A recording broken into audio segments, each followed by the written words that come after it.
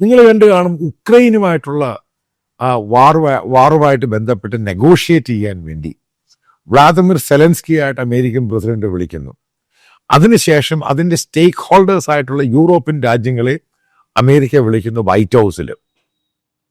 നിങ്ങൾ ശ്രദ്ധിച്ചു കാണും എങ്ങനെയാണ് അമേരിക്കൻ പ്രസിഡന്റ് ഇരിക്കുന്നത്, എങ്ങനെയാണ് ഒരു സ്കൂളിലെ ഹെഡ് മാസ്റ്ററും അവിടുത്തെ കുട്ടികൾ അങ്ങനെ ഇരിക്കുന്നത്. അതേപോലെയാണ് യൂറോപ്പിലെ മറ്റ് രാജ്യങ്ങളുടെ അതിൻ്റെ പ്രസിഡന്റുമാരും പ്രൈം മിനിസ്റ്റർമാരും അമേരിക്കൻ പ്രസിഡന്റിന് മുന്നിലിരിക്കുന്നത്. ഇത് കണ്ടു കഴിഞ്ഞാൽ തന്നെ ഏകദേശം പിടികിട്ടും ഈ പറയുന്ന പവർഫുൾ യൂറോപ്യൻ രാജ്യങ്ങൾക്കൊന്നും അമേരിക്കയുടെ മുമ്പിൽ സീറോ പവറാണ്. അവർക്കൊരു നടപടി എടുക്കാൻ പറ്റുന്നില്ല. അതിൻ്റെ ഒരു ഉത്തമ ഉദാഹരണം തന്നെയാണ് ഉക്രൈൻ റഷ്യ വാറിൽ യൂറോപ്യൻ രാജ്യങ്ങൾക്ക് ഡിസിഷൻ എടുക്കാൻ പറ്റുന്നില്ല. അമേരിക്കൻ ഡിസിഷൻ എടുത്താൽ മാത്രമേ അതിന് ആ വാറ് തീരുകയുള്ളൂ.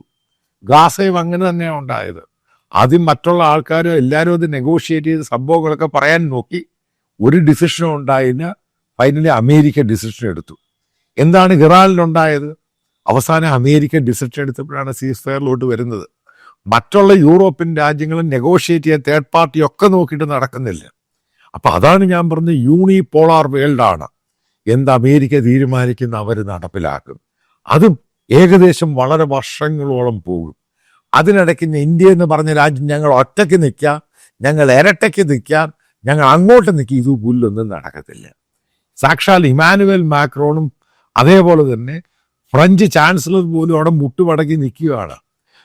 നമ്മൾ കണ്ടുകൊണ്ടിരിക്കുകയാണ് ഗ്രീൻലാൻഡ് ഇഷ്യൂവിൻ്റെ അകത്ത്. യൂറോപ്യൻ രാജ്യങ്ങൾക്കൊന്നും പറയാൻ പറ്റുന്നില്ല. അവരത് ഏറ്റെടുക്കുമെന്ന് പറഞ്ഞാൽ ഏറ്റെടുക്കുവാണ്.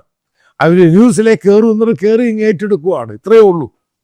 കാരണം അവരുടെ കയ്യിൽ പവറുണ്ട്, അവരുടെ കയ്യിൽ പണമുണ്ട്, അവരുടെ കയ്യിൽ മിലിറ്ററി പവറുണ്ട്. അവർക്ക് ചെയ്യാൻ പറ്റും. മറ്റുള്ള രാജ്യങ്ങൾക്ക് ഒരു കുന്തവും ചെയ്യാൻ പറ്റത്തില്ല. ഈ രീതിയിലാണ് ഈ പവറിൻ്റെ പവർ സെൻട്രലൈസ് ചെയ്തിരിക്കുകയാണ്. കാരണം ട്രംപ് അത് വന്ന് പ്രൂവ് ചെയ്യുകയാണ്. അയാൾ എന്ത് പറഞ്ഞു അത് നടപ്പിലാക്കും. അതിൻ്റെ ഭാഗമായിട്ട് തന്നെയാണ് ഞാൻ ഈ ഫൈനൽ കൺക്ലൂഡ് ചെയ്യുന്നൊരു സംഭവം. അല്ല, നമ്മളിവിടുത്തെ പല മന്ത്രിമാരും അത് ഇവിടുത്തെ പൊളിറ്റീഷ്യൻസും നമ്മുടെ ചില ഡിപ്ലോമാറ്റ്സും പറയുന്നു എന്നല്ല ലോകക്രമം എന്ന് പറയുന്നത്. ലോകക്രമം ഇന്നും അമേരിക്കയുടെ കയ്യിലാണ്. അവരെ അല്പമെങ്കിലും ചലഞ്ച് ചെയ്യാൻ കഴിയുന്ന ഒരേ ഒരു രാജ്യം എന്ന് പറയുന്നത് ചൈന മാത്രമാണ്.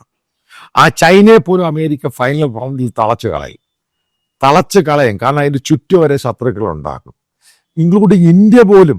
കാരണം അമേരിക്കൻ ഡിപ്ലോമസിയുടെ ഭാഗം തന്നെയാണ് ഇന്ത്യ എന്ന് പറയുന്നത്. ഇന്ത്യ പോലും അറിയാതെ പ്രൊവോക്ക് ചെയ്യപ്പെടും.